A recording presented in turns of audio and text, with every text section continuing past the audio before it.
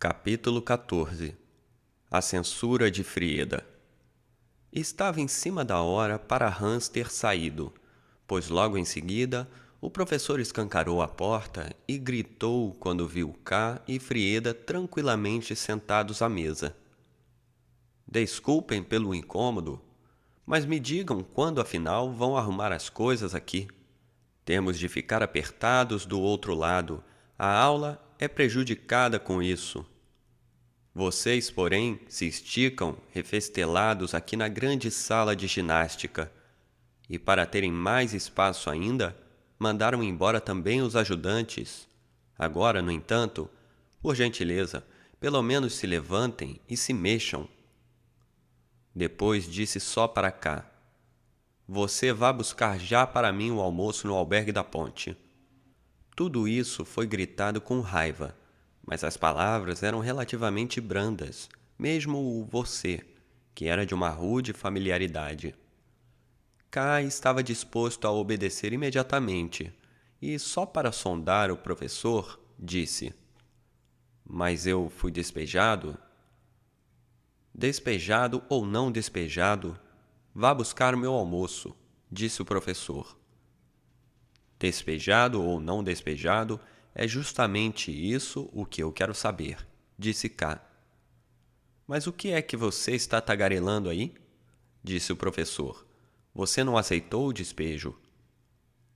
Isso é suficiente para torná-lo sem efeito? Perguntou K. Para mim não, disse o professor. Pode acreditar, mas para o prefeito sim, de uma maneira incompreensível. Bem, agora corra, senão você realmente sai daqui voando. K estava satisfeito. Nesse meio tempo, portanto, o professor havia conversado com o prefeito, ou talvez nem conversado, mas apenas se conformado com a opinião previsível do prefeito, e esta era favorável a K. Agora K queria ir buscar às pressas o almoço no albergue, mas quando ainda estava saindo, o professor gritou de novo para ele voltar, seja porque queria experimentar a docilidade de K por meio dessa ordem especial, para depois se orientar por ela, seja porque tinha outra vez vontade de dar ordens. Causava-lhe satisfação fazer K sair correndo a toda e depois voltar por um comando seu, com a mesma pressa, como se ele fosse um garçom.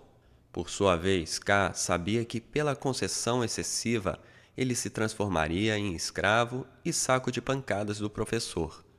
Mas até um determinado limite, ele agora queria aceitar com paciência os caprichos do professor, pois mesmo que este, conforme ficar evidenciado, não pudesse despejá-lo legalmente, ainda era certamente capaz de tornar o posto dolorosamente insuportável.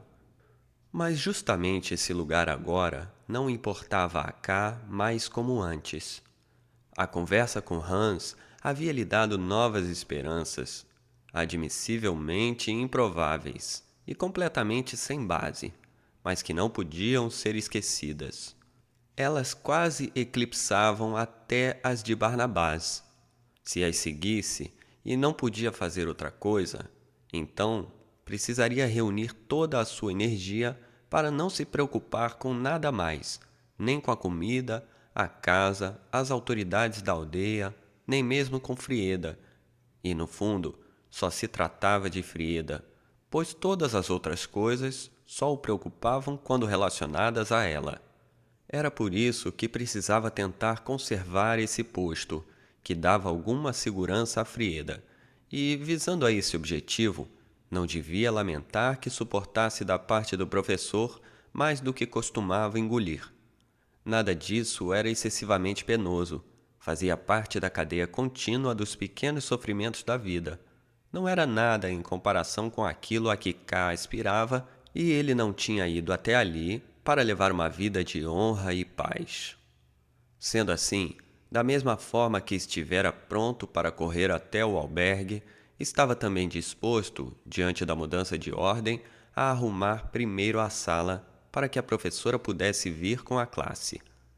Mas a limpeza precisava ser muito rápida, pois em seguida K devia ir buscar o almoço e o professor já estava com bastante fome e sede. K garantiu que tudo seria feito segundo o seu desejo. Um instante depois, o professor observou como K se apressava, afastando os leitos, repondo no lugar os aparelhos de ginástica, varrendo o chão voando, enquanto Frieda lavava e esfregava o estrado. O zelo parecia satisfazer ao professor, que chamou a atenção para o fato de que, diante da porta, estava preparado um monte de lenha para o aquecedor. Certamente ele não queria mais deixar que K tivesse acesso à reserva. E depois, ameaçando voltar logo para verificar as coisas, saiu para ver as crianças. Após um momento de trabalho em silêncio, Frieda perguntou por que K agora se submetia tanto ao professor. Era sem dúvida uma pergunta cheia de compaixão e preocupação, mas K, que estava pensando em quão pouco Frieda tinha conseguido protegê-lo das ordens e violências do professor, segundo a promessa inicial dela, disse laconicamente que, agora que havia se tornado servente de escola, precisava cumprir os deveres do posto. Depois o silêncio voltou, até que K, lembrando, justamente por causa da breve conversa, que Frieda permanecera tanto tempo como que perdida em pensamentos preocupados, sobretudo durante quase toda a conversa com Hans, perguntou-lhe abertamente, enquanto carregava para dentro a lenha do aquecedor, o que então a ocupava. Ela respondeu, levantando devagar os olhos para ele, que não era nada definido, que apenas pensava na dona do albergue e, na verdade, em muitas de suas palavras. Só quando K a pressionou é que ela, depois de várias negativas, respondeu com mais precisão, mas sem com isso deixar de fazer o seu trabalho, coisa que realizava não por zelo, uma vez que o trabalho não progredia nada, e sim para não ser forçada a encarar K.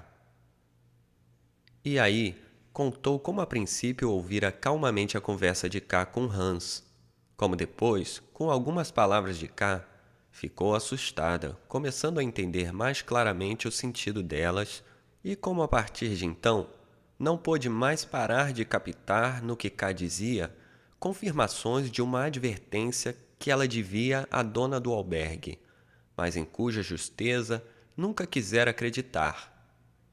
K, zangado com as generalidades de Frieda e mais irritado do que comovido com a voz chorosamente queixosa, sobretudo porque a dona do albergue outra vez se imiscuía na sua vida, pelo menos através das lembranças, já que até então tivera pouco êxito pessoal. Atirou no chão a lenha que carregava, sentou-se em cima dela e exigiu, agora com palavras sérias, plena clareza. Muitas vezes, começou Frieda, logo no início, a dona do albergue se empenhou para que eu desconfiasse de você. Ela não afirmava que você mente. Pelo contrário, dizia que você é infantilmente franco, mas que o seu modo de ser é tão diferente do nosso que nós, mesmo quando você fala com franqueza, dificilmente conseguimos acreditar. E se uma boa amiga não nos salva antes, temos que nos acostumar por meio da amarga experiência. Até ela, que tem um olho agudo para as pessoas, não deixou de passar por coisa diversa. Mas depois da última conversa com você no albergue da ponte, repito aqui apenas suas palavras maldosas. Ela desvendou seus truques e agora você não seria mais capaz de enganá-la, mesmo que se esforçasse para ocultar suas intenções. Mas ele não esconde nada, isso eu sempre dizia. E aí ela também afirmou: empenhe-se em escutá-lo de fato numa oportunidade qualquer, não apenas superficialmente, mas prestando uma atenção real.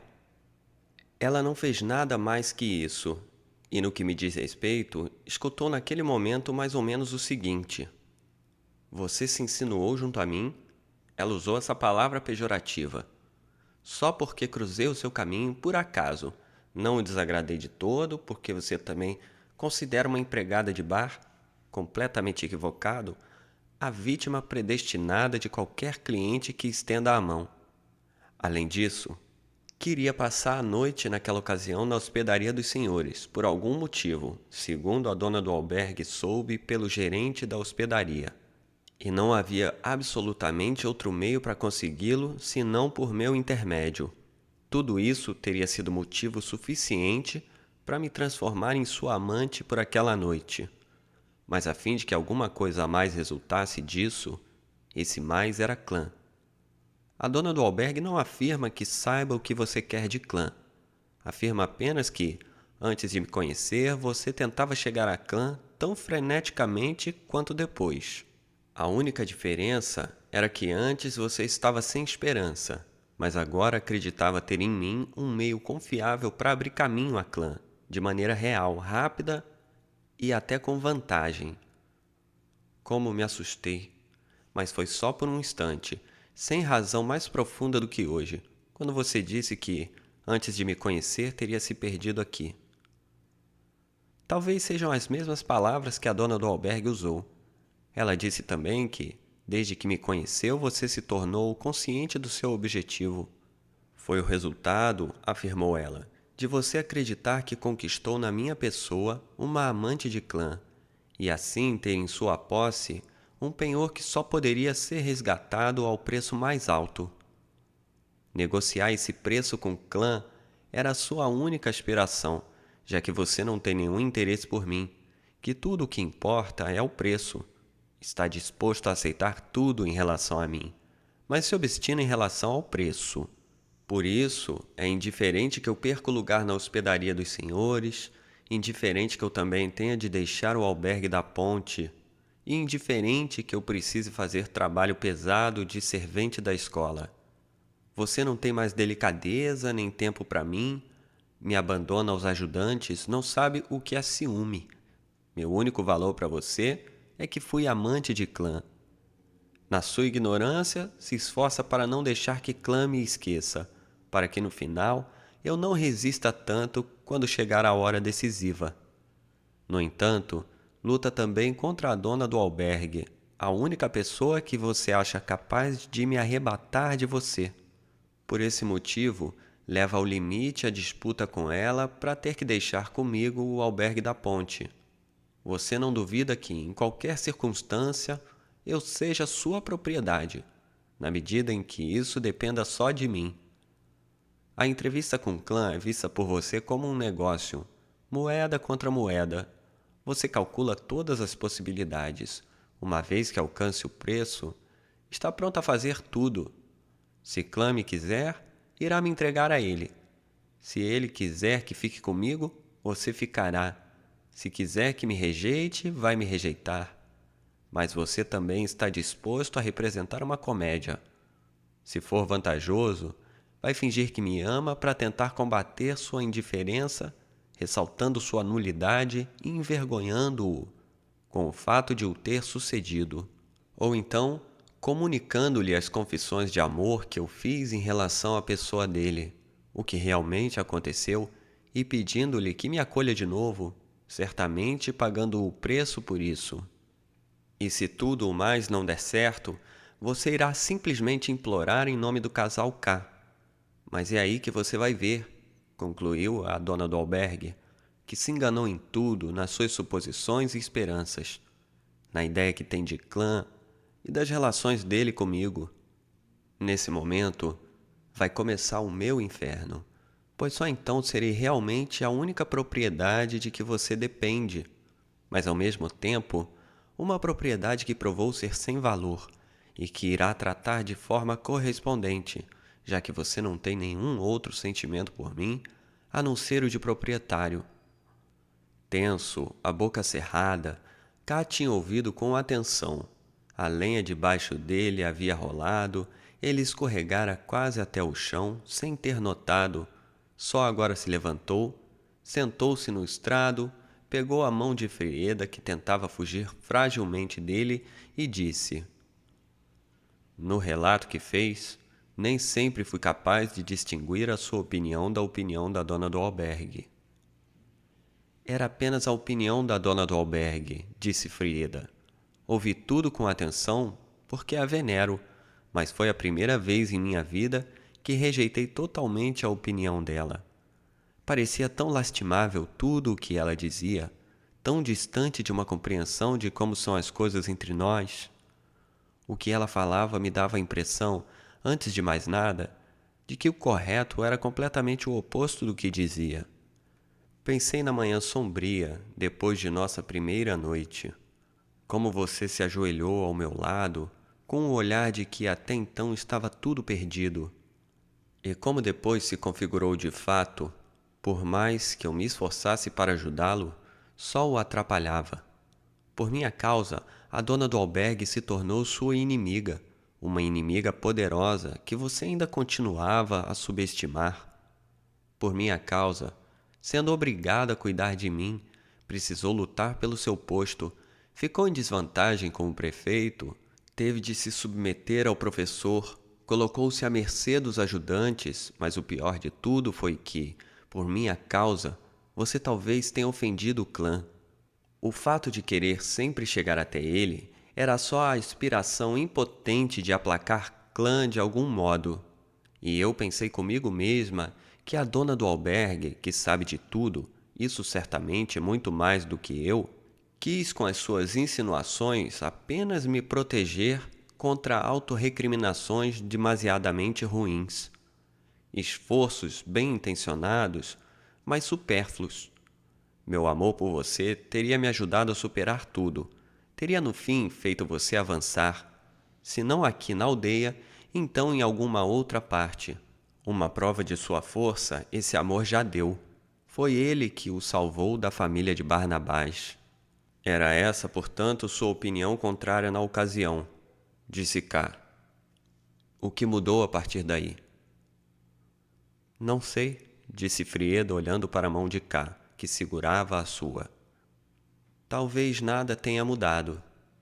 Quando você está tão perto de mim e faz perguntas com tanta calma, então acredito que nada mudou. Mas na realidade, ela retirou a mão de K, sentou-se ereta diante dele e chorou sem cobrir o rosto.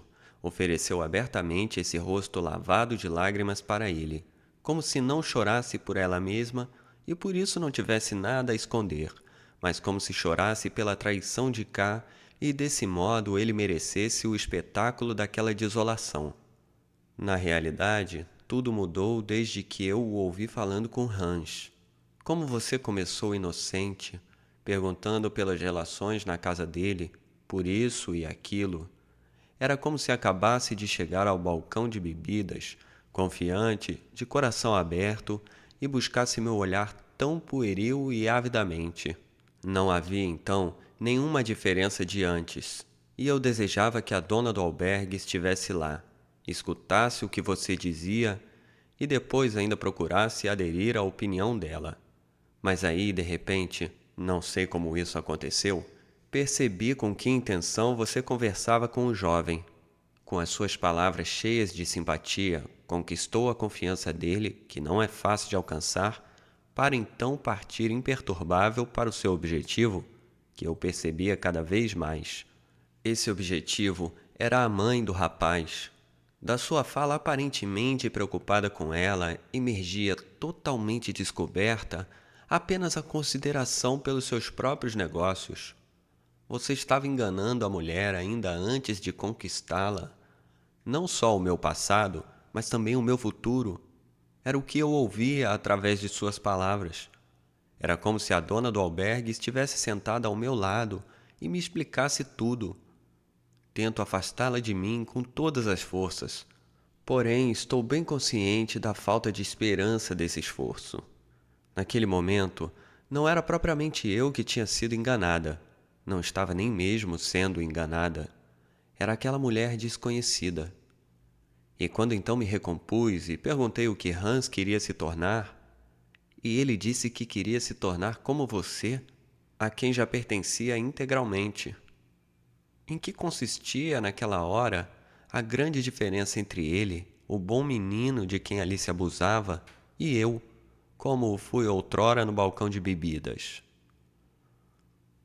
Tudo o que você diz, afirmou K, já restaurado da descompostura à medida que ia se acostumando. É correto num certo sentido. Não é falso, apenas hostil. São pensamentos da dona do albergue, minha inimiga, mesmo que você pense que são seus. Isso me consola. Mas eles são instrutivos. Pode-se ainda aprender muita coisa com a dona do albergue. Ela não o disse na minha cara, embora de resto não houvesse me poupado. É evidente que confiou a você essa arma na esperança de que iria usá-la numa hora particularmente difícil ou decisiva. Se é verdade que abusa de você, então ela também o faz de forma semelhante. Mas agora pense no seguinte, Frieda, mesmo que tudo fosse exatamente como afirma a dona do albergue, só seria muito ruim num caso, ou seja, se você não gosta de mim. Então sim, a realidade seria que a conquistei com cálculo e malícia para lucrar com essa posse. Talvez até já fizesse parte do meu plano que, naquela época, para atrair sua compaixão, eu aparecesse diante de você de braços dados com Olga, e foi apenas isso que a dona do albergue se esqueceu de incluir no meu débito. Mas se as coisas não forem tão más assim, e um predador ladino não a tivesse apanhado, mas ao contrário, você tivesse vindo ao meu encontro como eu fui ao seu, e tivéssemos nos encontrado ambos esquecidos de si mesmos, como é que seria? Diga, Frieda. Significa sem dúvida que defendo minha causa tanto quanto a sua. Aqui não há distinção. E só uma inimiga, a dona do albergue, pode traçar uma. Isso vale para tudo, até em relação a Hans. Ao julgar minha conversa com Hans, aliás, você exagera muito na sua ternura, pois se as intenções de Hans e as minhas não batem uma com a outra, isso não chega ao ponto de que possa, por acaso, existir uma oposição entre elas. Além do mais, nosso desacordo não escapou à percepção de Hans. Se você pensou isso, então subestimou muito esse cauteloso jovenzinho. E mesmo que tudo houvesse escapado a ele, ninguém vai sofrer por essa causa, espero. É tão difícil se situar cá, disse Frieda com um suspiro. Eu certamente não tive nenhuma desconfiança de você, e se algo desse sentimento passou da dona do albergue para mim, ficarei feliz em rejeitá-lo e pedir-lhe perdão de joelhos, como de fato faço o tempo todo, por piores que sejam as coisas que digo a você. Continua sendo verdade, porém, que você esconde de mim muita coisa. Vem e vai, não sei de onde e para onde.